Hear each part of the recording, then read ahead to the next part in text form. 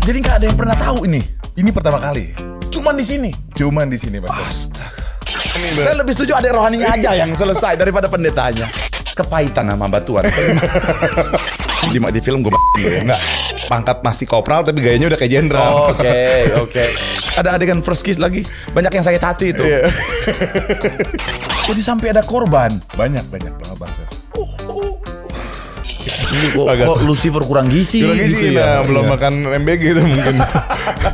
Saya berpikir saya harus berbuat sesuatu buat Tuhan. Apa saya harus bikin film-film rohani ya gitu.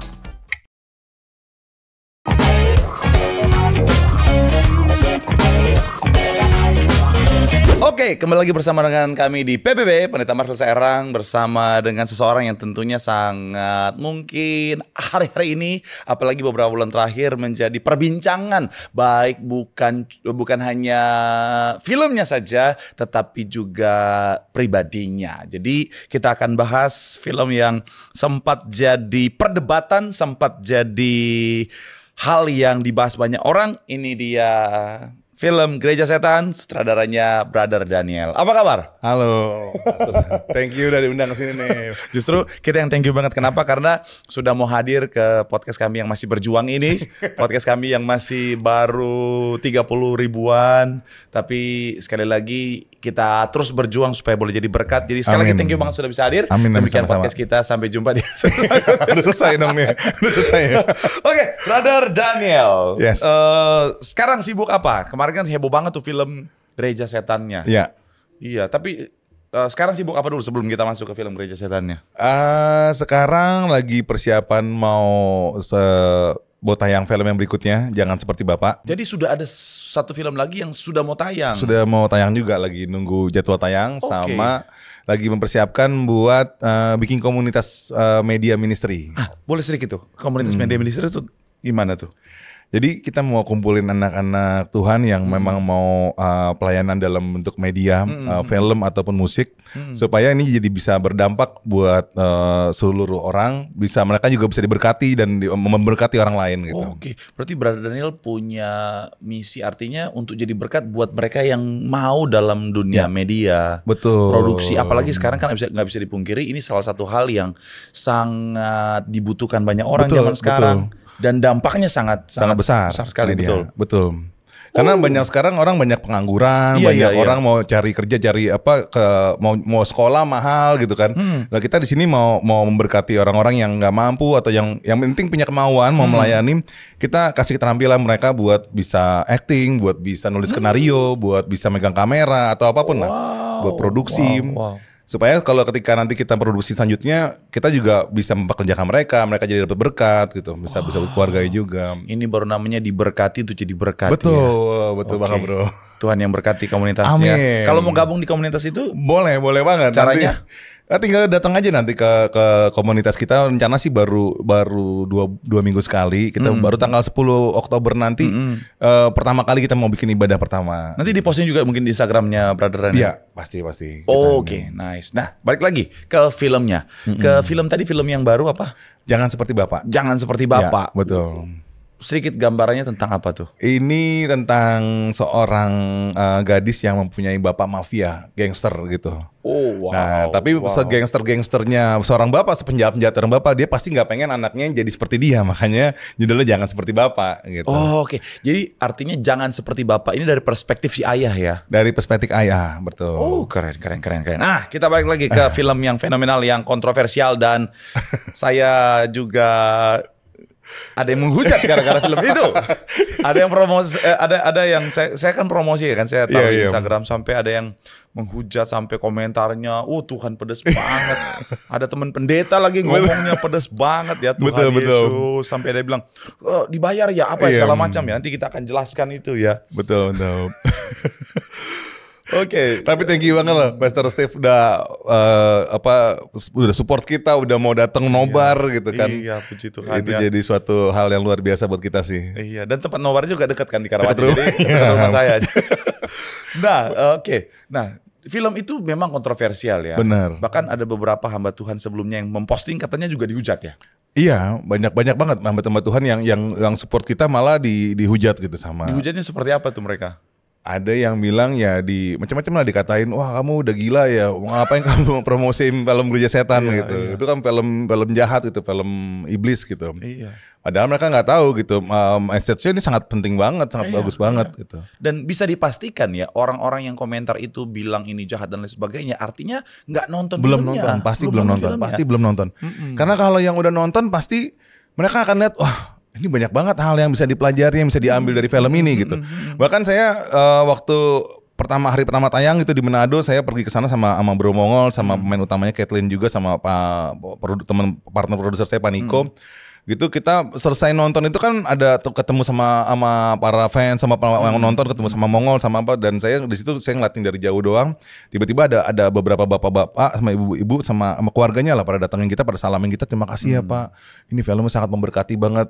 Dan itu mereka ngomong sambil berkaca-kaca matanya, berkaca-kaca terus sambil ya si ibunya bilang, iya Pak, ini saudara saya dia baru dapat masalah yang besar juga, sama seperti yang di film itu. Saya juga nggak tahu masalahnya, apakah anaknya ada yang hamil luar nikah atau ada yang gangguan dari iblis, yang masih katanya dia dijauhi dari keluarga dan ada masalah besar gitu. Jadi dia merasa dikuatkan lewat film ini gitu, merasa dapat penguatan lah, penghiburan lewat film ini. Wow, iya memang sejak awal kan, awalnya itu kan dihubungi sama Brother Roy ya. Brother Roy Sakti, jadi hubungi saya bilang, Pastor nonton yuk film saya, katanya. Dia bilang bahwa ini tuh sebenarnya film rohani, cuman memang dikemas seperti ada horornya, betul. Iya. Dan makanya itu saya tertarik untuk nonton, dan ketika saya nonton bener, jadi film itu sebenarnya film yang sangat bagus. Kenapa? Karena bicara tentang yang pertama tentang kenyataan yang ada. Memang di akhir zaman iblis kerja makin ekstra, makin luar biasa. Jadi kalau kita nggak tahu taktik iblis, kalau kita nggak tahu cara kerjanya iblis, maka kita akhirnya bisa terkecoh. Tapi dengan film ini kan kita bisa belajar, kita teredukasi, kita jadi tahu, bisa antisipasi. Benar. Kemudian yang kedua, di dalam film itu nilai-nilai kekristenan Alkitabiah sangat-sangat kental. Dan bisa dibayangkan itu ayat-ayat firman Tuhan terpampang segitu gedenya kan di film itu. Banyak banget lagi ya Mas. Banyak banget. Jadi memang sebenarnya ini film yang bagus. Makanya abis nonton itu saya bilang ke jemaat, kan itu hari Sabtu kalau nggak salah. Hari Minggu saya khotbah, semua saya bilang, saya diundang nonton dan saya bilang ini film bagus. Ini film yang memang secara judul kontroversial ya, Gereja Setan. Tapi kan memang Gereja Setan adalah satu komunitas yang memang real. Memang real, betul. Di Manado, makanya mau ngomong cerita kan, itu memang sempat pada ada masanya saya sudah cukup dewasa pada saat itu sangat terkenal dan banyak orang yang ikut dalam, betul. Betul. Kenapa bisa terjerat? Karena kurang edukasi. Iya, betul banget. Makanya film ini bagus banget. Betul. Makanya nonton, walaupun belum nonton. Ini masuk ke ini nggak sih, yang ke streaming kayak Netflix dan sebagainya? Nah, kan di bioskop masih ada sih, terutama di Manado tuh masih ada, masih tayang. Di Manado masih tayang, di Kupang masih tayang, di apalagi itu di Medan masih tayang gitu. Tapi nanti setelah dari bioskop mungkin kita akan tayang di Netflix. Kalaupun nggak tayang di Netflix, kita mau ada tayang di Noise. Di Noise, Ya. Nah makanya ya pastikan, ini saran saya, nontonlah. Ya. Terlepas dari, oh Pak, tapi saya baca di TikTok ada kurangnya ini, ada kurangnya ini. Tahu nggak saudara? Ini film baru, perdana, film pertama seorang sutradara yang luar biasa. Luar biasa loh. Untuk film pertama sebagus ini, seberhasil ini, seviral ini. Itu tuh luar biasa loh. Saya kagum banget. Karena Tuhannya yang luar biasa. Yes, betul ya. Jadi tadi sempat cerita bahwa selalu andalkan Tuhan. Betul. Minta tuntunan Tuhan. Iya, selalu berdoa, benar. Makanya kalau mungkin artinya gini, kalau ini mungkin di create oleh orang yang udah banyak filmnya, terus akhirnya kita komplain, masih bisa diterima. Ini film perdana. Film perdana, betul. Sudah sebagus semenarik ini, apalagi ceritanya. Buat saya sangat diberkati dengan ceritanya. Kisahnya diberkati, walaupun nanti saya mau komplain ya, ada soal penulisannya ya. Untuk film pertama, perdana ya, film perdana. Sebagai sutradara ya. Sebagai sutradara. Kalau sebagai penulis udah film ke-10 mungkin sebagai penulis. Sebagai penulis ke-10 ya. Nah, kalau ini bisa kita komplain. Dan sebenarnya secara alur cerita benar. Saya sangat suka alur cerita, tapi seperti yang saya bilang tadi, saya pengen komplain di ceritanya apa. Kok pendetanya mati? Kenapa gitu? Kenapa? Ini pertama kali ini dipertanyakan. Kenapa gitu? Saya nggak terima sebagai pendeta, saya nggak terima. Apalagi dia udah doa dulu loh ya. Tolong ya. Harusnya kan di bayangan saya tuh setelah dia udah berdoa, itu kan Brian teman saya juga, saya kenal ya. Betul. Dia udah berdoa, dia udah kasih motivasi kepada yang kepada adik rohani itu. Saya lebih setuju adik rohaninya aja yang selesai daripada pendetanya. Terus meninggalnya nggak enak. Iya, putar ya kepalanya. Iya, itu tuh tolong itu. Kenapa gitu? Kenapa gitu? Saya emosi dari dalam. Saya suka semua film itu, saya nggak komplain gambar cuma cerita. Itu doang ya. Cuma bagian itu doang. Iya.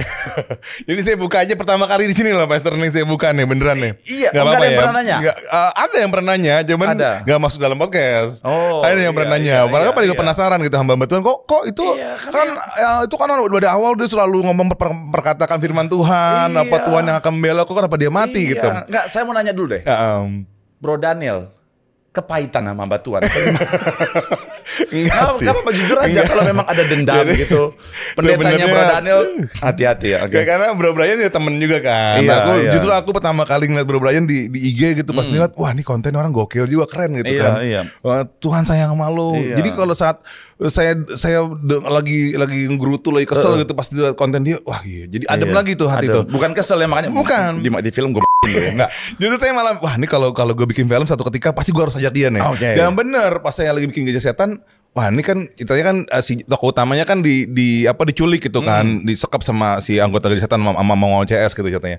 Nah, kan pasti kan kita mesti menyelamatkan ke sana. Kalau menyelamatkan kan pasti mereka udah di awal udah digambarkan mau serem-serem orangnya, apa ada pembunuhan lah apa. Nah, kita mesti butuh orang yang kayak jagoan juga dong gitu kan. Nah kan aku tanya sama teman, bro lu ada kenal gak pastor pendeta yang kalau perlu ada tatoan? Tadi kita mau ajak pendeta Jesse Lantang. Oh iya tatoan. Cuma juga. udah berumur juga, kalau ditarik-tarik pakai seling segala macam kasihan juga nanti bisa akan salah urat atau jatuh. Nah akhirnya yang muda, oh iya itu aja Brian. Nah akhirnya Brian, cuman kita bikin jangan, aku bilang ke Brian gitu, bro boleh nggak bro, mohon maaf nih bro sebelumnya, kalau misalnya gue bikin lu bukan sebagai pastor, bukan sebagai pendeta, tapi sebagai kakak rohani aja yang sebenarnya dia baru bertobat, imannya juga belum masih berapi-api, tapi sebenarnya ininya masih apa ya, kalau dibilang kalau di tentara pangkat masih kopral tapi gayanya udah kayak jenderal. Oke. Mau ini gitu. Nah, kebetulan kan kita ya udah kan buat gimmick nih. Kan kita kemarin tahu lah bagaimana kontroversialnya Bro Brian kan. Ya kayaknya boleh juga nih, seru nih kalau kita buat memuaskan hati banyak orang netizen. Kita bikin mati aja, karena kalau nggak bikin mati juga kan akhirnya jadi dia yang bisa ngalahin, bukan tokoh utamanya, bukan si Benayanya yang ngalahin. Kalau dia dibikin mati kan akhirnya mau nggak mau mesti mereka sudah nggak berdaya, cuman tinggal si Benaya sendiri. Benaya juga matanya buta, akhirnya bisa mengalahkannya dengan kuasa Tuhan tuh. Nah makanya kita harus kan pada waktunya nanti semua orang kan akan sendirian kan. Kita nggak bisa ngandelin siapa-siapa lagi, nggak bisa ngandelin pendeta kita, nggak bisa ngandelin orang tua kita, cuma bisa ngandelin Tuhan gitu. Makanya kalau masih ada kakak rohaninya nggak seru nih film gitu. Makanya kita bikin mati aja dia. Sekalian buat menyenangkan hati banyak orang. Iya. Jadi sebenarnya yang pertama adalah biar ceritanya masuk ya. Yang paling utama supaya dia hanya mengandalkan Tuhan saja, si aktor utamanya. Dan yang kedua adalah mengakomodir kepahitan emosi jemaat ya, penonton yang lu Kristen progresif lu sesat lu. Biar pas cocok lu. Sesuai gitu ya. Tapi kita udah minta izin sama bro, gue gak apa-apa kan bro. Gak apa-apa bro, lu matiin aja, gue buat jelek-jelekin gue juga gak apa-apa bro. Kayaknya dia cuek deh. Cuek aja. Wow. Nah jadi memang itu tadi ya. Jadi karena mengakomodir ya. Betul. Walaupun memang karena gini ya, image-nya kan dia udah pendeta di situ kan ya. Bukan kakak rohani. Mungkin karena saya tahu dia pendeta, jadi di pikiran saya dia juga pendeta. Jadi dua pendeta ya. Jadi ternyata kakak rohani ya. Kakak rohani. Makanya kan dia kayak di dalam adegan itu kan dia masih ada yang kayak ngeliat ke si pastor seniornya tuh kasih tanda gini kan, bagus. Artinya dia masih di training tuh sebagai dia sebagai kakak rohani lah, pemimpin anak-anak yang teman-teman yang lain gitu. Tapi dia belum jadi pastor. Oke. Jadi masih nggak merasa bersalah ya, walaupun di akhirnya harus dieksekusi dengan cara seperti itu ya. Betul. Makanya kan kemarin banyak juga yang nanya tuh, kenapa harus pakai salib? Orang Kristen kan nggak bisa ngusir setan pakai salib. Nah itu kemarin kita jelaskan juga. Oh ya, ini salib ini sebenarnya sebagai simbol aja. Karena kalau nggak ada salib kita juga bingung ngusir. Kalau orang sendiri kan kita ngusirnya begini kan, pakai tangan aja kan gitu kan. Paling kalau dari gerejanya pastor pasti kan pakai minyak kan, itu kan pakai minyak juga tuh, pakai minyak urapan. Iya, itu yang saya bilang ke jemaat. Akan saya ngomongin, saudara nonton deh. Kenapa? Karena pas di situ itu pakai minyak urapan. Nah. Itu film Tiberias banget. Bener-bener. Iya, saya bilang Tiberias banget. Ternyata ini brother kita dulu lama di Tiberias lama ya. di Tiberias juga. Makanya betul. tahu ya. Jadi makanya waktu itu aku sempat konsultasi juga sama si Bro Brian kan. Bro, kalau di Katolik kan keren kayaknya pakai ini, pakai rosario. Wah, dia baca perjamuan dulu, pengakuan dosa dulu sebelum ritualnya banyak lah gitu. Kalau di Kristen, masa cuma dalam nama ditengking gitu dong? Kalau kalah nggak seru dong, gitu kan? Iya, Bagaimana ya? Wah, udah pakai minyak urapan aja. Ya itu jadi perdebatan juga. Nanti lu menggambarkan satu gereja nggak apa-apa deh. Memang itu kan kenyataan, memang bisa ini kan. Terus apalagi ya? Terus ya kita menunjukkan ini adalah film Kristen ya pakai salib. Oke. Harus pakai salib. Makanya dia mati kenapa? Karena dia mengikutin si gembala seniornya kan, si pastor seniornya tuh. Pastor seniornya kan mengusir, tapi kan dia bukan dengan si salibnya yang bisa mengusirnya, tapi dengan imannya. Nah, dia pikir karena gue udah ngeliat nih pastor gue kan dia contohnya itu waktu di belakang itu kan dia ada tuh dia ngusir-ngusir juga pakai baca Alkitab kan, makanya itu yang dia perkatakan lagi ke si adik juniornya tuh si Benaya, lu baca aja Alkitab. Dia mau ngusir ceritanya. Nah karena imannya belum kuat matilah. Iya. Oh sama satu nih kita mau komplain, bukan saya sih, teman saya ya, dia nggak rela ya. Penulisan nih, kenapa harus ada adegan mereka menikah dan ciuman? Itu yang kita banyak yang udah ngefans jatuh cinta sama pemeran wanitanya kan. Tiba-tiba mereka menikah dan mereka ada adegan first kiss lagi. Banyak yang sakit hati itu. Karena kan sebenarnya adegan pernikahan itu kita bikin satu untuk kita mau yang happy ending. Film rohani harus anak-anak Tuhan harus happy ending lah, harus bahagia. Dan kenapa kita gambarkan pernikahan? Karena di film itu ada Lucifer lagi kan terakhir ada Lucifer kan masih hidup. Nah jadi emang saya selalu banyak hamba Tuhan yang bilang banyak iblis itu bagaimana mereka menghancurkan generasi muda. Pertama hancurkannya dari yang paling terkecil, bagian terkecil dalam ini keluarga.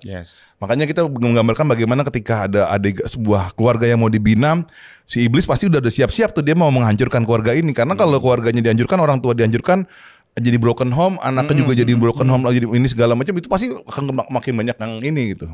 Betul. Makin hancur-hancuran gitu. Betul. Makanya penting untuk jaga keluarga. Ya, banyak keluarga. Makanya ada adegan pernikahan ya. Ada adegan pernikahan. Jadi memang setiap adegan di film itu sebenarnya kita sudah mengambil dari ayat-ayat Alkitab tuh. Maksudnya dari prinsip-prinsip Alkitab tadi tentang keluarga, tentang kalau Pastor Steve mungkin perhatikan, Steve Marcel perhatikan itu ada adegan di mana ada pejabat yang disogok. Terus, itu orang juga pada nanya, pada bingung. Itu apa sih? Kenapa sih setannya mesti jadi lalat? Nangkep gak tuh Mas? Iya. Mas nangkep gak tuh maksudnya? Kenapa jadi lalat? Saya notice adegannya tapi saya belum ngerti maksudnya. Dan nggak mikirin ke situ. Nah, kan orang bingung kan kenapa setan jadi lalat, aneh banget gitu kan. Karena kita mau menggambarkan di situ isi setan hijau itu sebenarnya adalah Beelzebul. Oke. Beelzebul. Nah kita cari-cari tuh research Beelzebul itu kayak gimana sih looksnya, gambarannya nggak ada yang menggambarkan. Kalau Lucifer gampang lah, banyak hantu setan merah pakai tanduk, pakai sayap, pakai apa lah itu. Nah kalau Beelzebul nggak ada yang menggambarkan di kita searching. Akhirnya saya cuma searching itu dia adalah setan yang melambangkan dosa kenajisan. Jadi kayak korupsi, perselingkuhan, mabuk-mabukan itu selalu digambarkan sama si Beelzebul ini. Makanya kan kita gambarin jadi kayak lalat kan. Lalat itu kan kayak dia disebutnya kalau nggak salah di Google tuh disebutnya God of Lies. Jadi dewa lalat, God of Lies. Makanya kita menggambarkan jadi kayak sosok lalat tuh. Tuh kan penonton, ini tuh riset Alkitabiah loh film ini. Iya. Dan kenapa dia munculnya tuh awalnya depan pintu? Karena ketika kita sudah membuka peluang dosa gitu kan, disogok, ada cewek mabok. Nah iblis sudah mengintip depan pintu tuh. Iblisnya ngintip depan pintu kan, ayat Alkitab banget kan. Keren banget loh. Gitu lah kira-kira ya. Jadi memang semuanya tuh ada dasarnya ya. Ada dasar Alkitabnya, semuanya kita pikirkan gitu. Makanya kadang-kadang penonton tuh cuma main komplain aja, mereka nggak tahu ya betapa semuanya tuh diriset dengan baik. Betul. Iya. Tapi kalau begini mas saya jadi akhirnya bisa menerima kenapa akhirnya si Brian tokoh kakak rohani ya, bukan pendeta ya. Saya ngebayangin dia pendeta, ternyata kakak rohani udah nggak apa-apa rohani, ya. Bukan hamba Tuhan. Kalau hamba Tuhan kita juga nggak mau bikin mati lah. Iya kasihan ya. Soalnya saya udah mau komplain duluan ya. Oke. Nah kenapa akhirnya memilih gereja setan untuk seorang yang pertama kali? Biasa kan orang kalau bikin film pertama kali tuh yang aman-aman dulu lah ya. Either aman-aman atau benar-benar sesuatu yang benar-benar dia suka banget. Kenapa gereja setan? Nah tadi bener yang kita bikin sesuatu yang kita suka banget. Nah kebetulan aku itu paling suka dengan hal-hal yang rohani, dan aku panggilannya sendiri memang dipanggilnya untuk, Tuhan kayak manggil aku untuk bikin film-film rohani. Makanya PH-nya aku bikin namanya Amazing Grace Production. Yes, betul. Amazing Grace Production. Jadi memang kita mau bikin film-film rohani. Nah cuman berhubung kita setiap tawarin ke investor nggak ada yang mau gitu kalau danain film rohani. Iya. Akhirnya ada satu orang udah bilang, kamu kalau mau bikin film rohani, saya ada tuh film rohani tapi bakal laku tuh. Apaan? Gereja Setan.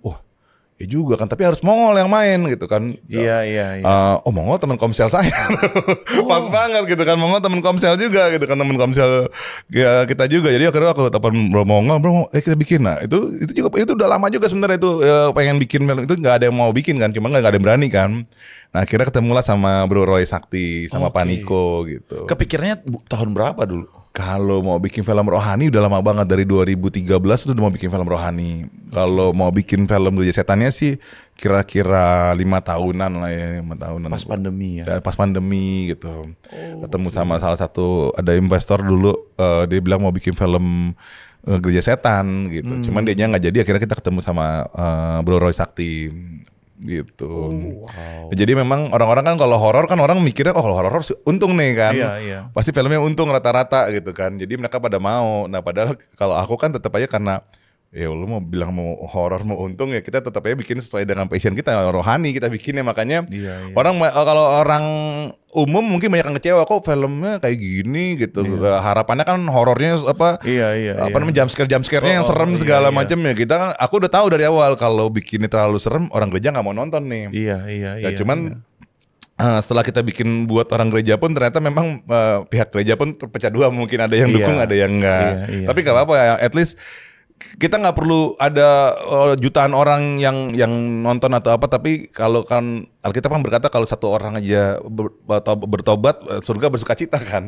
Ada satu orang yang diberkati banyak banget, karena banyak banget kesaksian yang bahkan partner produser aku Pak Niko, dia bilang saudaranya itu masih di kepercayaan yang lama gitu, terus dia sering di rumahnya masih kayak dupa-dupa segala macam, sering ada apa kayak roh-roh halus yang mengganggu dia lah, karena dia nonton film Gereja Setan. Dia penasarannya, dia mau praktekin apa yang dia nonton Gereja Setan, dia usir dalam nama Tuhan Yesus gitu-gitu segala macam. Dan itu setannya pergi. Udah gak ada gangguan-gangguan lagi di rumah dia jadinya. Padahal selama ini selalu diganggu, selalu apa gitu.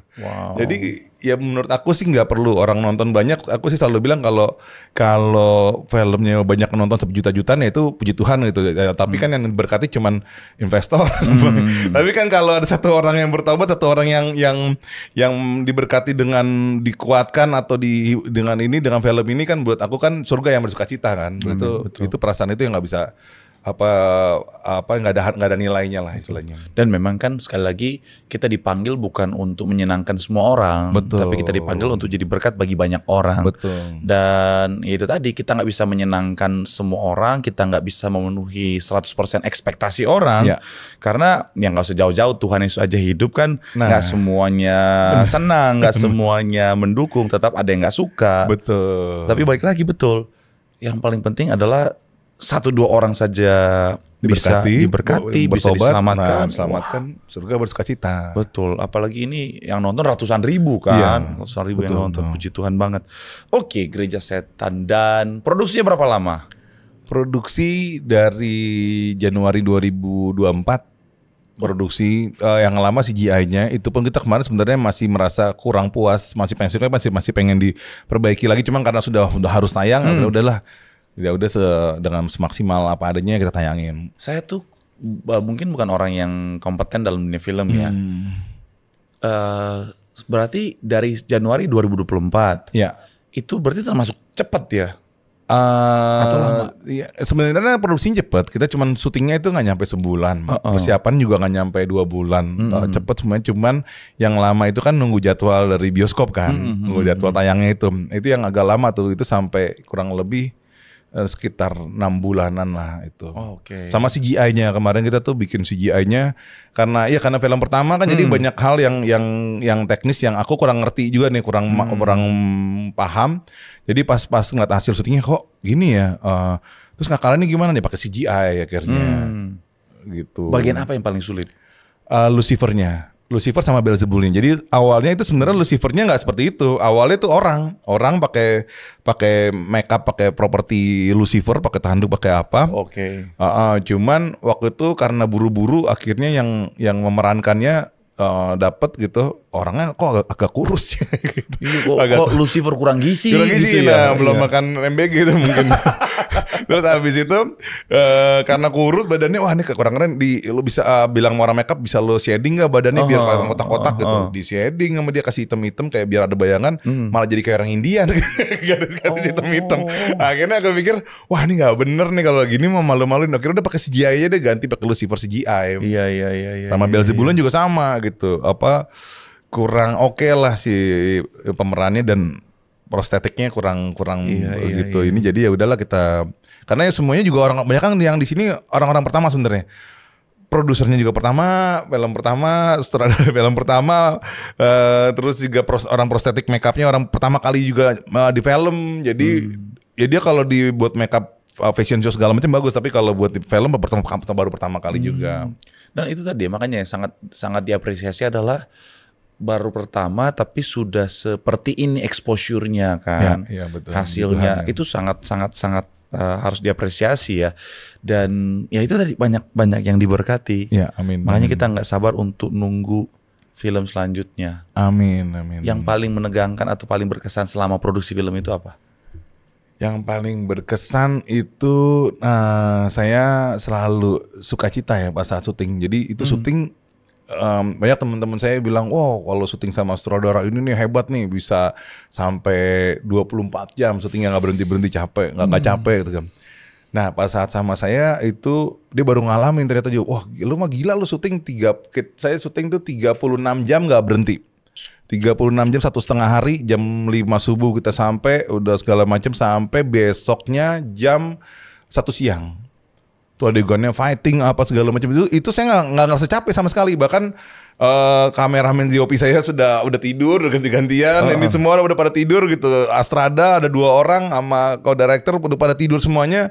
Udah saya sama kru yang terus, ayo angkat pakai sling, ayo ini saya ngarahin aja udah nggak di depan monitor lagi. Tapi saya nggak capek sampai 1 siang tuh. Iya. Beda sama film kedua. Karena bukan film rohani ya, jadi karena bukan passion, jadi kayaknya yang syuting sehat aja yang jam 12 tuh udah mesti bungkus, udah mesti selesai, jam 12 malam paling lama udah selesai. Itu kayak badan capek, kok kayaknya kurang apa ya? Kalau ini kayaknya wah semangat banget gitu. Karena sesuatu yang dari hati ya. Betul. Jadi memang panggilan hidupnya tuh lebih ke ya film-film yang Alkitabiah, positive vibes. Ya betul, yang menginspirasi dan bisa menguatkan iman kita lah gitu. Sebenarnya sih nggak harus film rohani, tapi yang bisa menginspirasi buat orang umum juga biar bisa ada motivasi buat melakukan hal-hal yang baik gitu. Kenapa sampai seperti itu arti gini? Itu kan sebuah panggilan ya, sebuah panggilan. Nah sampai di titik itu kenapa? Apa mungkin dulu pas lahir langsung disiramin minyak urapan, langsung dibaptis agak lama gitu, atau waktu kecil pendidik, atau pernah punya pengalaman iman atau apa yang akhirnya membuat kok kayaknya sutradara yang ya pada umumnya itu tentunya ya fokus pada profit, fokus pada karir, ini kok seperti hatinya hati melayani gitu. Karena saya berpikir Tuhan udah selamatkan hidup saya gitu dari narkoba waktu itu dan sampai parah juga, saya hampir 3 kali hampir OD. Terus juga Tuhan udah baik banget gitu.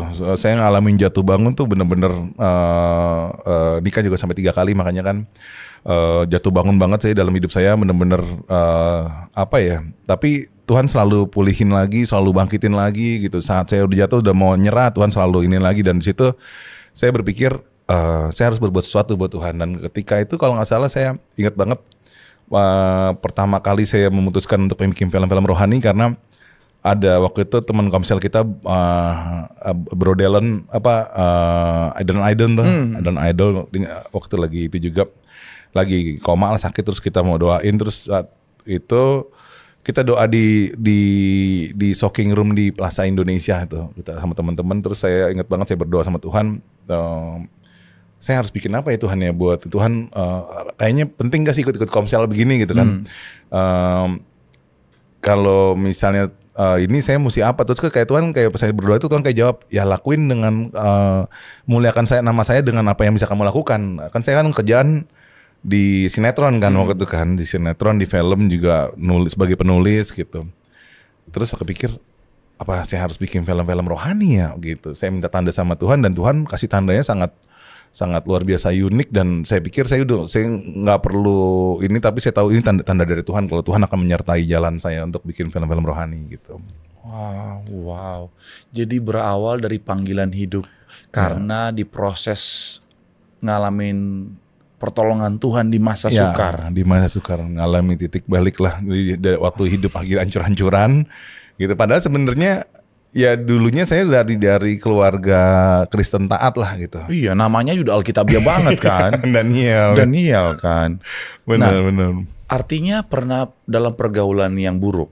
Pernah masuk dalam pergaulan yang buruk karena ya seperti di film itu juga gitu. Aku nggak merasa diterima kurang diperhatikan lah di keluarga gitu. Karena keluarga didikannya keras dan anak laki-laki 5 gitu. Nah, saya anak keempat dan jadinya jadi kayak hilang sendiri nih. Jadi kayak saya ngerasa jadi kayak anak tiri di rumah itu. Jadi kayak nggak dikasih sama saudara-saudara sama orang tua. Jadi saya cari pelariannya, yang saya anggap keluarga pada waktu itu adalah teman-teman saya, teman-teman permainan semain saya dan segala macam, dan akhirnya kita jatuh dalam dosa judi, dalam dosa pergaulan bebas sampai narkoba bareng-bareng kita. Dan di situ ya kita nganggapnya ya udahlah, kita kan keluarga nih, hancur bareng-bareng lah gitu. Di umur berapa itu? Itu mulai awal kuliah itu. Wah, awal kuliah. Di masa dimana lagi semangatnya, semangatnya, jiwa muda, darah mudanya lagi naik-naiknya. Betul. Awal kuliah umur 21 something ya. Umur 17 tahun malah saya waktu kuliah. Awal kuliah itu tahun 79 tuh masih umur 17 tahun. Oh iya. Oh iya, betul. 17 18 karena 21 lulus, sorry. 21 lulus, yes. Benar. Wow. Sejauh mana tuh pergaulannya? Aduh, kalau kita bicara narkoba, yang pasti kalau narkoba hampir semuanya udah pernah nyobain tuh. Terus udah hampir overdosis sampai 3 kali, sampai pengen mati gitu. Saya udah ngerasa kayaknya mati nih gitu. Cuman waktu itu saya sempat jatuh kayak udah mau OD gitu, kayak badan saya kayak nggak tahu, mungkin saya dalam roh aja gitu, kayak badan saya kayak bangun, kayak pernah ngeliat video klipnya Axl Rose waktu yang yang Strange ya, lagu apa tuh, itu kan dia bangun dari badannya tuh gitu kan, November Rain apa, nah terus itu kayak saya ngerasain gitu. Jadi pas saya bangun loh, wasnya kayak lagi, badan saya kayak lagi terletak di kamar mandi rumah teman saya tuh, lagi berbusa gitu. Terus saya berdoa, Bapak kami, yang saya ingat cuma Bapak kami doang, Bapak kami yang di surga. Saya berdoa, Tuhan, saya nggak mau mati hari ini Tuhan. Terus tiba-tiba saya balik, sadar, saya cuci muka, saya bilang sama teman saya, bro, gue balik dulu bro. Kenapa nih, masih banyak nih, makan lagi nih. Udah, gue balik. Oh, sorry, waktu pas bangun itu di posisi yang sama? Di posisi yang sama, lagi kamar mandi, letak di ini tuh, bangun, cuci muka gitu kan. Emang kan waktu itu kan pas ke kamar mandi itu kan emang lagi make rame-rame sama temen-temen gitu kan. Terus gue kamar mandi bentar, mau kencing gitu, tiba-tiba kayak badan kayak melayang, kayak ini. Kalau saya bilang ke temen-temen saya pada ketawa, bu, badan gue tadi kayak ketimpa gunung gitu, kayak berat banget, terus jatuh, kayak nggak sadar, terus bangun kayak bangun badan kayak mau bangun gitu, kayak ngeliat, wah, kok badan gue jangan-jangan mati nih. Saya pikir saya mati kan, saya pikir saya udah mati tuh, karena saya bisa ngeliat badan saya di kamar mandi gitu. Entah itu saya ngerasain bener apa itu dalam rohani saya aja, saya nggak tahu. Tapi saya intinya saat itu saya berdoa, Tuhan, Bapak kami, doa Bapak kami. Tuhan, saya nggak mau mati, saya doa Bapak kami. Yang karena saya hafal Bapak kami doang tuh, Bapak kami di surga, dikuduskan namamu. Itu saya hafal banget sampai saat sekarang gitu kan, doa itu. Jadi kalau saya boleh compare dengan pengalaman banyak orang, ada juga narasumber kami satu yang ngalamin hal yang serupa, namanya Putri Jubi. Dia juga sama, jadi dia jatuh di kamar mandi, kepalanya terbentur, dia pusing, dan rohnya sudah keluar, dan dia lihat tubuhnya sudah tergeletak di kamar mandi itu. Terus akhirnya singkat cerita, akhirnya dia kembali lagi, tapi itu tadi kondisinya sama seperti itu. Dan yang menarik adalah ketika bangun sesuai dengan apa yang dilihat waktu rohnya keluar. Iya, masih tergeletak kamar mandi, terus bangun, saya langsung cuci muka, kan udah kayak gak ada busa-busa kayak apa tuh gitu, kayak bekas muntah apa sih juga nggak sadar waktu itu saya cuci muka. Saya langsung ke ruang tengah rumah teman saya lagi. Gue balik ya. Ini masih banyak nih yang masih pada. Lo aja deh udah nggak mau lagi. Terus sejak itu saya berdoa. Saya mau berhenti itu dari narkoba. Terus dari situ ya memang prosesnya makan udah masuk jadi guru sekolah minggu ya. Saya udah melayani guru sekolah minggu. Waktu itu saya sesekali masih pakai tuh. Oke. Masih pakai, makanya saya bikin drama di gereja gitu. Saya kayak orang kayak orang parnoan sendiri kan, kayak ribet sendiri lah. Ini masuk ini. Lu kenapa sih, santai aja. Ini betul gitu. Jadi kayak orang ribet sendiri. Lu kenapa sih lu kalau keringetan gitu kan lu gitu. Teman-teman enggak tahu tuh. Teman-teman enggak tahu. Orang tua keluarga saya juga enggak ada yang tahu semuanya kayak gitu. Jadi ya udah, tapi pelan-pelan saya selalu saya pikir kan kalau saya mau berhenti saya harus jauhin teman-teman saya nih yang pada pakai gitu kan. Saya benar-benar berhenti, benar-benar dianggap sombong saya nggak pernah angkat telepon lagi, nggak pernah. Bahkan mereka sampai nungguin depan rumah tuh. Kapan pulang ya Tito nih, kapan pulang nih. Jadi nungguin di samping rumah di depan rumahnya teman saya, samping rumah kan sampingan kan. Jadi saya udah tahu nih, saya muter rumahnya biar nggak lewat depan rumahnya dia. Saya muter lewat samping, saya buka pagar pelan-pelan, saya masuk, dia bunyi keleteng gitu. Lu tutup belakang tuh. Saya langsung masuk aja pura-pura, pokoknya nggak denger, pura-pura nggak tahu ya.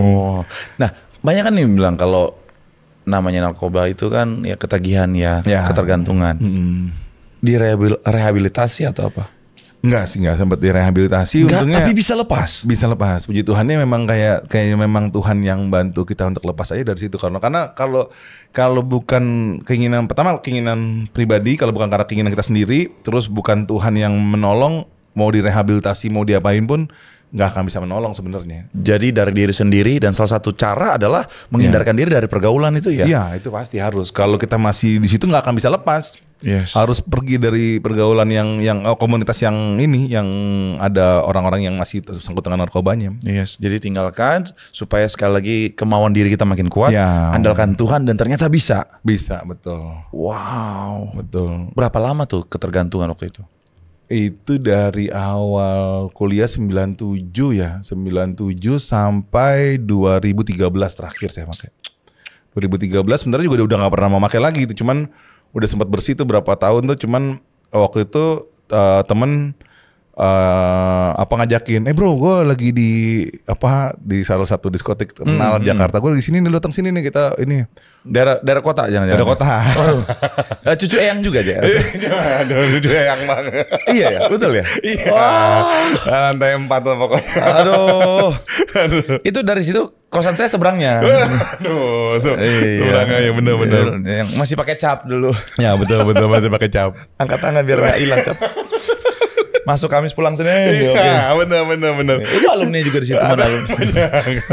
Ya itu sampai tempat-tempat belakangnya tuh sampai jokilan apa segala macam lah itu. Waduh, udah parah lah, sampai kita ya benar masuk Rabu, pulangnya Senin malah tuh. Lebih panjang ya. Lebih panjang. Rabu kan ladies night, masuk sampai pulang Senin. Dan itu pernah temen aku yang parahnya, temen aku yang ini nih yang suka nraktir, yang suka ini parah juga tuh.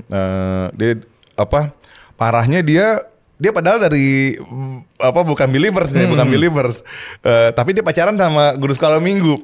Jadi pulang dari tempatnya Eyang, baju udah kayak baju bau baunya bau kambayan. Kita malah bro, kita temenin gue dong, gue mau ketemu pacar gue nih, kita ibadah di ini nih JCC. Ya Tuhan. Adik kita ya udah kita ikut ibadah tuh. Jadi masih kencang, masih baunya udah kayak masih ini aja tuh. Malah dia bisa bahasa roh lagi. Dia bilang, lu bisa bahasa roh bro, bisa bahasa Spiderman lo. Gue yang Kristen dari lahir gak bisa bahasa Spiderman, kok lo bisa? Bercanda-bercanda gitu dulu tuh, masih bercanda-bercanda. Akhirnya ya udah pas cuman gini doang aja lah, bala-bala babang apa susahnya kata dia. Ya kan beda lah bro. Tapi kacau tuh. Pengalamannya ya luar biasa ya. Tapi akhirnya 2013 itu kan saya married yang kedua. 2013 saya married yang kedua sama almarhum istri saya tuh. Saya akhirnya dari situlah saya udah benar-benar ninggalin narkoba dan seks bebas segala macam gitu. Saya udah nggak pernah itu lagi tuh. Dulu kan karena itu sebenarnya dulu awalnya juga karena lagi mau pisah sama istri yang pertama tuh, jadi narkobanya makin parah tuh, narkoba, seks bebas segala macam makin parah tuh. Nah setelah ketemu sama almarhum istri yang kedua itu udah tinggalin yang begitu-begitu gitu. Profesi masih penulis waktu itu? Masih penulis karena kan aku dari awal memang kerjanya pernah kerja waktu namanya kan dulu merit kan MBA gitu kan, punya anak, wah bingung belum lulus kuliah gitu kan, akhirnya kerja lah di mana aja yang bisa kerja gitu, kerja di Giordano, kerja di Guess gitu, jadi selamat pagi, halo kakak silakan, jadi aster gitu lah nyambut apa segala macam jualan gitu. Terus pertama kali aku kerja yang bener-bener ini tuh di penulisan. Skenario, saya bikin skenario, tiba-tiba kakak ipar saya bilang, Tok, lu mau nggak? Ini kayak ada kerjaan di film nih. Karena kan dia tahu aku bikin nulis skenario drama di gereja kan, jadi dia coba ya lamar, siapa tahu bisa. Itu pun dia belum tahu kalau saya udah married waktu itu. Dia nggak ada yang tahu, keluarga jadi nggak ada yang tahu tuh kalau saya udah married, udah punya anak, nggak ada yang tahu. Jadi saya coba aja ngelamar gitu. Saya pikir kan mau jadi pemain kali apa mau jadi apa, ternyata jadi penulis. Terus disuruh kirimin contoh tulisan, saya kirimin aja contoh drama gereja saya. Diterima, dilatih 3 bulan, akhirnya jadi penulis sinetron. Wow. Dan ternyata menyukai. Lumayan karena uangnya lumayan kan, tayang tiap hari gitu kan. Iya. Tayangnya tiap hari sinetron gitu, stripping apalagi. Jadi kakak saya bahkan yang abang saya pada yang udah posisinya jabatan lumayan aja penghasilannya bisa kalah sama saya gitu, yang itu waktu itu cuman asisten doang padahal dulu. Oke. Nah, sebagai seorang yang pernah syuting juga ya. Berarti yang skenario itu. Iya, penulis skenarionya. Jadi betul. Adegannya ngobrolnya apa? Semuanya terus ada keterangannya dalam kurung adegannya seperti ini. Betul. Jadi kan kalau penulis head writer, namanya istilahnya head writer. Dia yang di hire sama PH gitu, dia kontraknya dia yang kontrak segala macam, nanti dia yang bikin cerita segala macam, nanti dia bagi lagi tuh. Kayak aku sekarang kan dulu kan masih asisten tuh, sekarang lama-lama kan kita naik jadi head writer tuh. Nanti aku yang baginya nih, kita bikin cerita ini ya, aku kasih tahu visinya, ceritanya gini segala macam detailnya. Nanti ada tim yang buat kreatif yang bikinin sinopsisnya. Dari sinopsis ada yang khusus bikinin scene plot namanya. Scene plot tuh apa? Scene plot tuh kayak treatmentnya. Scene 1 tuh adegannya apa? Nih interior, eksterior, pagi siang, nah itu scene plotnya tuh sampai adegannya siapa sih ini sama siapa. Nanti ada lagi bagian yang bikinin dialog. Ada lagi orang, jadi masing-masing tuh yang bikin cerita 1 orang, yang bikin scene plot 2 orang ganti-gantian, yang bikin dialog 3 orang. Karena kan kalau stripping tayang tiap hari kan kita nggak mungkin ngerjain 50 halaman sendiri gitu kan. Itu mesti tim. Dan nanti baru terakhir saya tinggal edit, tinggal periksa, baru kirim kantor gitu. Oke. Wow. Dan akhirnya mulai dari saat itu terus ngalamin pemulihan. Ya. Dan akhirnya makanya itu yang membawa sampai sekarang punya hati untuk melayani. Iya, sampai sekarang. Sekarang jadi sutradara juga. Iya. Wow. Hebat itu ya, bahwa sehancur apapun kita tuh ya bersama Tuhan, ya Tuhan sanggup pulihkan kita. Betul. Sekecil apapun remukan hati kita yang kita bawa kepada Tuhan, Tuhan pasti bisa pulihkan kembali, bisa dibikin lebih baik malah dari sebelumnya gitu. Oke. Kalau ada penonton kita nih, PBB Podcast Bengkel Bahagia yang sekarang settingnya lagi begini dulu ya. Udah gak kelihatan kayak bengkel dulu. Ini ruang tunggu bengkel mungkin. Ya, bengkel elit ini ya. Bengkel elit. Oke. Kalau ada masih teman-teman, kan sekarang gini masih ada juga ya orang yang, apalagi anak muda ya, umur segitu 20, 21, kayak baru kaget-kagetnya dengan dunia pergaulan. Iya. Kira-kira buat alumni nih ya, buat yang sudah melewati, brother mau ngomong apa buat mereka? Kalau menurut aku sih sepertinya kita nggak perlu mengalami hal buruk dulu supaya tahu hal yang lebih baik gitu. Sebenarnya kita bisa belajar dari pengalaman orang lain tanpa kita harus melewatinya, supaya kita nggak perlu melalui hal-hal yang buruk gitu. Yes. Buat apa sih kita buang-buang waktu kita? Saya kalau tahu dari dulu udah kenal mengalami Tuhan secara pribadi, pasti saya nggak mau juga ngalamin hal-hal yang dulu sampai jatuh bangun sampai parah gitu. Betul. Karena ada kan kalimat yang bilang begini, bahwa orang bodoh tidak pernah belajar. Betul. Orang pintar belajar dari pengalamannya. Betul. Orang bijaksana belajar dari pengalamannya dan juga pengalaman orang lain. Iya. Jadi memang jangan tunggu hancur dulu, jangan tunggu rusak dulu, tapi dengan belajar dari pengalaman orang lain kita bisa menghindari kehancuran. Karena kadang-kadang gini, ada konsekuensi yang kadang-kadang besar. Ya. Kayak teman saya dalam dunia kegelapan juga dulu, banyak yang udah selesai, banyak yang udah dipanggil, banyak yang sudah mohon maaf meninggal sebelum bertobat. Betul. Nah, makanya puji Tuhan kita bisa sharing ini, saudara bisa nonton ini supaya saudara bisa belajar. Benar. Jangan sampai saudara akhirnya mau bertobat tapi semua udah terlambat. Iya kan? Betul. Karena kalau udah di alam roh nggak ada pertobatan. Selesai sudah. Dan yang paling penting sebenarnya nggak ada kata terlambat selama kita masih hidup. Yes. Artinya selama kita masih hidup kita masih punya kesempatan. Tapi jangan diulur-ulur nanti. Jadi minggu besok kita nggak pernah tahu kapan umur kita. Karena buat Tuhan intinya sebenarnya nggak ada yang mustahil. Jadi semua sehancur apapun kita saat ini kondisinya, kalau yang udah mungkin sudah sempat terjerumus nggak apa-apa gitu. Udah sempat terjerumus justru udah punya pengalaman pahit segala macam, balik lagi yuk sama Tuhan gitu. Balik lagi sama Tuhan, gak ada yang mustahil kok. Walaupun mungkin saya juga dulu waktu pertama kali mau balik, orang-orang ketemu saya tuh selalu ngejauhin. Jadi kayaknya gak mustahil nih Tuhan, saya bisa sukses, bisa jadi sesuatu lah gitu. Karena orang mau ketemu kita udah males, pasti mau pinjem duit nih buat make gitu. Sampai temen-temen aku tuh sebenarnya dulu saking parahnya kayak make betul tuh, jadi dia udah ketagihan banget, sakau banget. Dia ini pertama awalnya minta 2.000 dong buat apaan? Buat beli ini rokok alasannya gitu. Ada pada ngasih nanti udah 10 orang kumpulin jadi satu paket 20.000 gitu. Terus orang kita dalam mana udah tahu kan, wah nih triknya gini nih. Akhirnya pada nggak mau ngasih uang. Gue bagi Indomie dong sama telur, lapar gue makan. Dikumpulin lagi itu ada 20 orang dijual ke warung Indomie sama jadi satu paket. Jadi kreatif ya. Jadi kreatif dia. Saking akhirnya udah kita nggak mau ngasih lah. Ya pinjem sendok dong gue buat makan, pinjem sendok loh. Sendok doang sama garpu. Dikumpul-kumpulin jadi banyak, dijual lagi kecil. Memang itu parah. Memang orang kalau udah di posisi itu ya menghalalkan segala macam cara. Jadi kreatif sih, tapi kreatif. Ya makanya kan kreatif masalah. Iya. Ada salah satu daerah yang makanya kan sekarang lagi terkenal juga. Kita nggak usah sebutkan namanya ya. Tetapi itu tadi segala macam besi-besi, pagar orang, tiang listrik, segala macam diangkut-angkutin karena udah saking ingin memenuhi keinginan kedagingan itu kan. Ada dulu temen pengalaman juga, temen itu dia sampai jual tabung oksigen bapaknya. Jadi ketika dia ini pulang bapaknya meninggal. Itu penyesalan banget. Tuhan. Jadi papanya lagi butuh banget. Tabung oksigennya dijual. Ambil saking untuk memenuhi kedagingan. Itu kalau udah kan sayang makanya. Nah tapi ya itu ada teman saya juga udah meninggal juga seorang, tapi dia sempat bertobat setelah akhirnya. Itu juga, dia bisa sehat loh, bisa sembuh gitu, bisa pulih lagi hidupnya, bisa berkeluarga dengan baik lagi. Intinya nggak ada kata terlambat sebenarnya. Selama kita masih hidup, masih ada nafas, itu masih ada kesempatan buat kita memperbaiki hidup kita, balik lagi sama Tuhan. Nggak ada yang mustahil buat Tuhan. Kasih sama Tuhan, apapun yang sisa hidup kita, kalau di tangan Tuhan pasti semua bisa lebih baik. Dan jangan tunda-tunda. Karena kita nggak tahu kapan waktu Tuhan. Nah, betul. Karena banyak anak muda suka pikir nantilah kalau udah ada tua baru bertobat. Ya mending kalau sampai tua kan. Nah, bener. Banyak yang selesai di tengah jalan. Bener. Pulang tidur ntar malam pagi udah nggak bangun. Iya. Banyak loh anak-anak muda 20-an. Masih umur 30-an, masih umur berapa juga banyak. Bukannya mau nakut-nakutin ya, tapi makanya peringatan. Betul. Mumpung ya nggak ada kebetulan ya. Benar. Jadi yang menonton, ayo.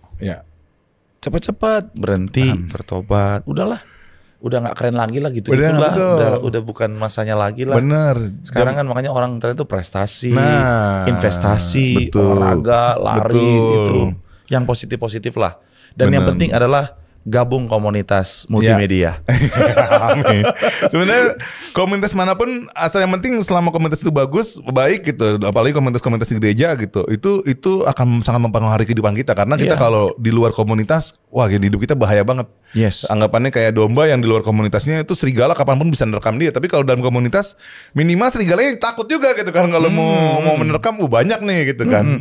Dan memang dasar firman Tuhan udah jelas kan, pergaulan yang buruk merusak kebiasaan yang baik. Betul. Tapi kalau pergaulan kita baik, yang buruk dari kita bisa akhirnya dipangkas pelan-pelan lama-lama jadi baik. Kemudian orang dunia juga tahu siapa kita ditentukan oleh dengan siapa kita bergaul. Benar. Jangan punya harapan hidup yang positif kalau kita bergaul dengan orang yang negatif. Betul banget. Jadi jagalah dengan baik. Karena sekali lagi ada rancangan indah yang Tuhan siapkan bagi setiap kita. Amin. Wah, luar biasa, brother.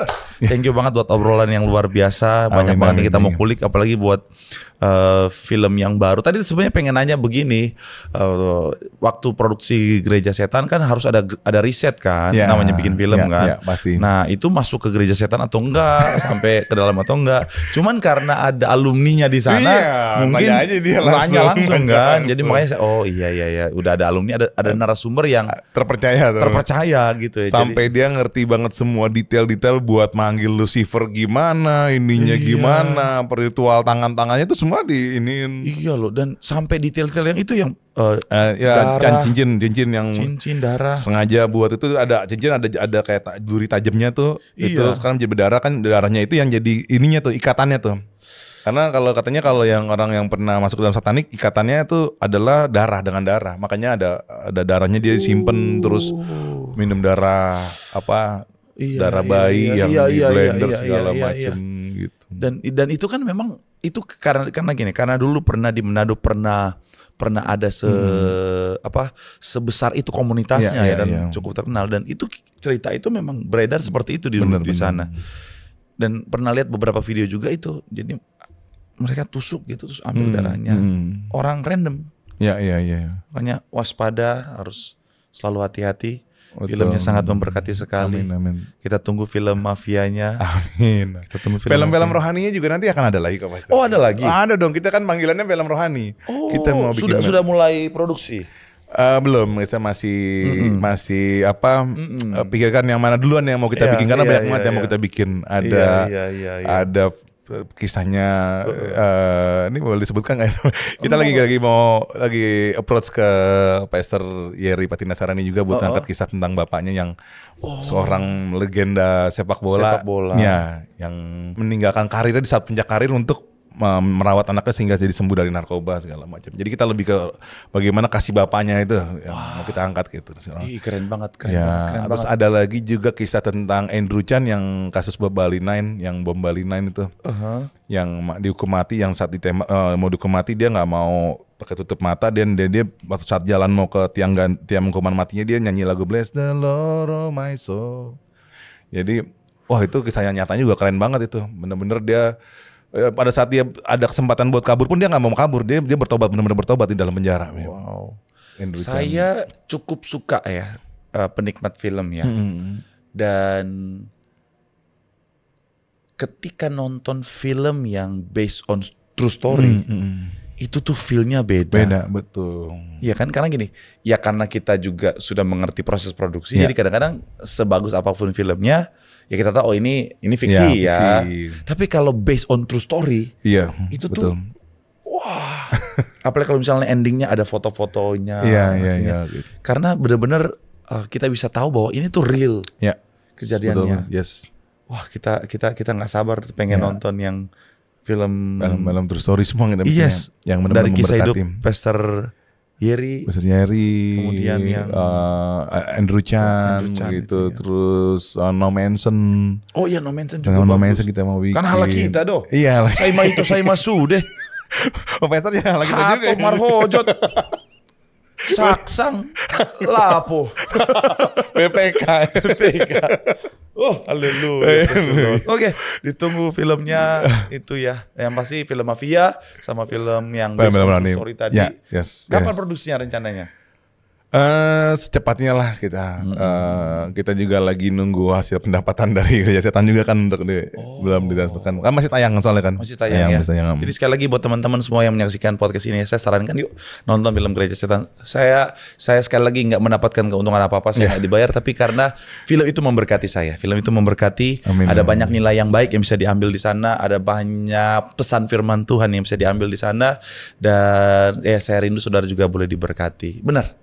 Nontonlah film yang bagus banget, terus berkarya. Amin. Terus jadi berkat. Thank you banget sudah boleh hadir di podcast kami yang masih berjuang. Pokoknya doa kami Tuhan terus pakai dengan luar biasa. Semakin jadi dampak. Semakin jadi berkat, menginspirasi. Bersama keluarga diberkati Tuhan. Amin. Terima kasih banget dengan doa. Siap. Yuk kita sama-sama berdoa. Bapak, terima kasih kau Tuhan yang baik dalam kehidupan kami. Kami boleh sampai di penghujung podcast kami. Bapak, obrolan ini begitu sangat luar biasa, sangat memberkati. Kami doa siapapun yang menyaksikan semuanya diberkati Tuhan, dan kami percaya belajar dari kisah Bro Daniel bahwa seperti apapun kehidupan setiap kami, sehancur apapun masa lalu kami, bersama dengan Tuhan punya punya rencana yang indah, Tuhan sanggup pulihkan sehingga bersama dengan Tuhan kami mencapai masa depan yang indah, masa depan yang luar biasa. Ucap berkat sekali lagi semua yang menyaksikan, Tuhan yang berkati. Bahkan kami doa jika ada di antara yang menyaksikan ini sedang dalam situasi yang sulit, Tuhan yang menjumpai mereka, Tuhan yang menguatkan mereka sehingga bersama dengan Tuhan mereka boleh melihat kemenangan. Sekali lagi ucap berkat, Bro Daniel bersama dengan keluarga, bersama dengan tim, semuanya diberkati dalam karir, dalam planning ke depan, semuanya dipakai Tuhan dengan luar biasa. Haleluya. Sama-sama katakan amin. Thank you, kasih. brother. Terima kasih yang banyak. Tuhan memberkati. Tuhan memberkati juga, Master. Thank you semuanya. Bye-bye. Terima kasih semuanya.